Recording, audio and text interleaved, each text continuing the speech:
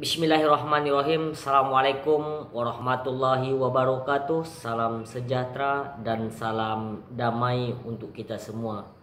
Insya Allah pada hari yang berbahagia ini, sahabat semuanya, kami mendoakan semoga dalam keadaan sehat walafiat serta bahagia selalu bersama keluarga-keluarga tercinta. Sebagaimana biasanya, insya Allah pada pagi hari ini kami coba untuk mengulas sedikit cerita tentang persoalan negeri yang harus dikawal sehingga tidak berdampak terhadap masa depan anak cucu kita di kemudian hari. Persoalan demi persoalan yang sesungguhnya yang mesti kita pantau adalah menyangkut tentang keberadaan honorer yang hari ini dinonaktifkan atau tidak lagi diperpanjang dan kemudian dilakukan PPKC ulang yang kemudian sampai hari ini terkait tentang hasil PPKC itu tidak punya kejelasan. Ini merupakan persoalan baru bagi daerah yang baru yang akhirnya tidak sampai persoalan visi misi yang sama kita cintai ini.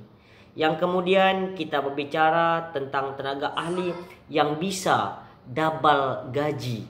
Yang kemudian satu sisi dia adalah bagian di penelitian terkait tentang perkebunan dan hortikultura. Yang kedua, dia merupakan staf ahli bupati.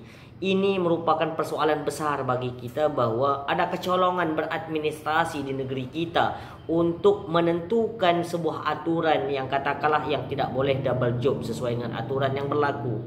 Yang kemudian kita berbicara tentang persoalan pemaksaan terkait vaksinasi yang dilakukan oleh kepala sekolah dan kepala sekolah sesuai dengan instruksi daripada surat edaran bupati. Ini harus disikapi dengan semaksimal mungkin karena ini menyangkut tentang masa depan negeri, ini menyangkut tentang persoalan anak negeri, ini menyangkut tentang persoalan kemajuan negeri ini. Jika ini dibiarkan serta-merta, maka yang terjadi ke depan adalah sebuah ketidakpastian hukum terhadap masyarakat, terhadap manusia itu sendiri. Untuk itu sahabatku sekalian, kami dari Laskar Muda Melayu Riau mengecam dan mengutuk keras kebiadaban yang dilakukan oleh penguasa terhadap kebijakan-kebijakan yang mengharuskan untuk setiap orang melakukan vaksinasi baru bisa tatap muka. Ini terlebih daripada persoalan anak-anak sekolah kita. Nah, persoalan ini kami pikir ada langkah-langkah yang persuasif, langkah-langkah yang perlu untuk disosialisasikan semaksimal mungkin terkait tentang tragedi ini agar tidak berdampak di kemudian hari secara psikologi, secara sosial maupun secara ekonomi. Untuk itu kami pikir belum berhasil melakukan sosialisasi peran pemerintah, kemudian peran daripada oknum-oknum terkait mensosialisasikan betapa pentingnya melakukan vaksinasi, kemudian mengajak masyarakat dengan cara yang lemah lembut, kemudian melihat apa akar daripada masyarakat sehingga tidak mampu atau tidak bisa memberanikan diri melakukan vaksinasi. Kalau saya secara pribadi terus terang, saya vaksin, istri vaksin, dan anak-anak saya juga vaksin. Dan ini membuktikan bahwa bagi saya ini hak negara, biasa-biasa saja. Tetapi ketika ini menyangkut tentang masyarakat di luar, saya berpikir bahwa ada yang salah di dalam melakukan pendekatan persuasif kepada masyarakat untuk benar-benar memahami bahwa psikologi apa yang masyarakat kita pahami terkait vaksinasi sehingga tidak ada pemaksaan nilai-nilai di sini. Dan kemudian sekolah tetap berlanjut, orang tua daripada murid juga merasa senang dan membesar hati. Kemudian pelaksanaan jalannya roda pemerintahan juga efektif dan efisien. Langkah-langkah inilah yang kami pikir bahwa tidak kita temui di daerah kabupaten ini. Sehingga kita menyimpulkan ada hal 3 substansi yang perlu kita bahas di saat negeri ini mengalami centang perenang, baik terkait tentang honorer, terkait tentang vaksinasi maupun persoalan yang kita pahami hari ini merugikan kepentingan umum yaitu one way. Sahabat setia dimanapun berada, kami menyadari bahwa ini bukanlah suatu hal yang mustahil untuk dilaksanakan Tapi kami juga sisi lain menyadari bahwa hal-hal yang tidak perlu dilakukan ya jangan dipaksakan, karena akan berdampak terhadap berkemajuan di dalam roda kepemerintahan. Untuk itu sahabatku setia, kami mengharap kepada Bupati Kepulauan Meranti untuk lebih fair, lebih objektif dan lebih profesional dalam menjalankan aktivitas kepemerintahannya yang sehingga berdampak positif terhadap kemajuan negeri yang sama kita cintai ini. Kita melihat bahwa ada hal yang salah ya di pola kepemerintahan, kepemimpinan bupati hari ini di dalam memanage segala visi misi yang telah dirancangkan yang sedemikian rupa. Bagi kita bahwa bagaimana melahirkan kewirausahaan, bagaimana menjadikan rumah sakit kita rumah sakit yang terkemuka bisa menjadi rumah sakit rujukan, bagaimana melahirkan petani-petani yang handal, bagaimana melahirkan sarjana-sarjana, master-master dan doktor-doktor, bagaimana melahirkan masyarakat-masyarakat yang peternak-peternak yang luar biasa.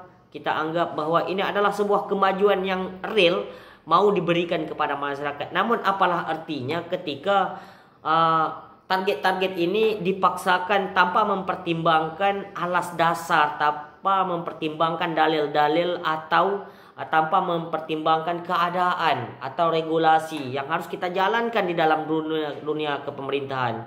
Sehingga berbeda kita berbicara dengan konteks kewirausahaan.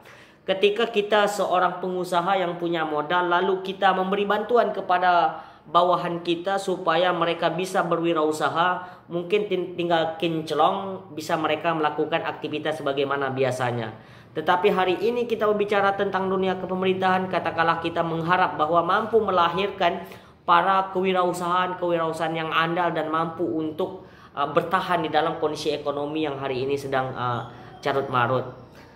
Tentu kita harus melakukan kebijakan atau pola kepemerintahan atau sistem yang dilakukan oleh OPD terkait. Katakanlah dalam hal ini Disperindak menggodokkan sebuah program. Setelah Disperindak menggodokkan sebuah program, Disperindak juga harus menyoneng bahwa para investor. Setelah itu Disperindak juga memahami bahwa keadaan ekonomi masyarakat, putaran uang, kemudian inflasi. Nah, ini kami pikir harus dikuasai, bukan saja berbicara tentang bagaimana memanage lahirnya kewirausahaan secara tertulis, tapi juga betul-betul real di lapangan mampu berpikir bahwa usaha-usaha apa yang dicocok di kondisi hari ini, kemudian putaran ekonomi masyarakat supaya lebih mendominasi seperti apa, kemudian jaminan terkait garansi maupun investor ini benar-benar terakomodir. Kemudian baru kita berbicara tentang pelaksanaan program oleh OPD terkait melalui instruksi bupati. Katakanlah bupati sudah menyoneng ke provinsi dan pusat melalui kementerian pusat. Di sini baru sinkron. Artinya ketika kita berbicara tentang sebuah pembangunan, konteks pembangunan di sebuah daerah tidak bisa dengan bahasa-bahasa sepintas saja. Kita butuh kerja keras, kita butuh berpikir cerdas, dan kita butuh dengan bekerja ikhlas. Bukan yang hari ini kita lihat bahwa hanya pekerjaan-pekerjaan istrik politik yang tidak lain dan tidak bukan hanya memperkaya kelompok-kelompok tersendiri. Tidak punya dampak yang lebih jauh, tidak punya target, tidak punya yang namanya memanage yang baik dan benar itu tidak dimiliki oleh kepemerintahan atau penguasa hari ini. Untuk itu kami mengharap kepada pemerintah hari ini harus fair, objektif dan profesional. Kemudian kepala dinas bekerjalah semaksimal mungkin dengan ikhlas, dengan ketekunan, dengan giat. Jangan paksakan diri kalian untuk takut kepada atasan kalian, tapi berpikirlah untuk bekerja dari hati bahwa pekerjaan ini adalah sebuah amal, dan posisi kalian jika Tuhan berkehendak maka Tuhan akan naikkan derajat kalian, dan suatu saat bila Tuhan tidak lagi berkehendak maka bisa saja kalian dizalimi dengan disangkakan berbagai persoalan hukum dan lain sebagainya. Inilah yang harus dipertimbangkan menjadi sebuah barometer atau pola tersendiri untuk kepala dinas yang bertugas hari ini maupun kabid-kabid dan kasih-kasih. Oleh karena itu seluruh pejabat yang ada di kabupaten ini kami meminta supaya sadar diri. Seluruh pejabat yang ada di negeri ini kami meminta supaya berpikirlah dengan cerdas untuk menjadikan masyarakat kita masyarakat yang makin membaik, dan keluarga kita mendapat keberkahan setiap ekonomi atau nilai-nilai keuangan yang kita salurkan kepada mereka.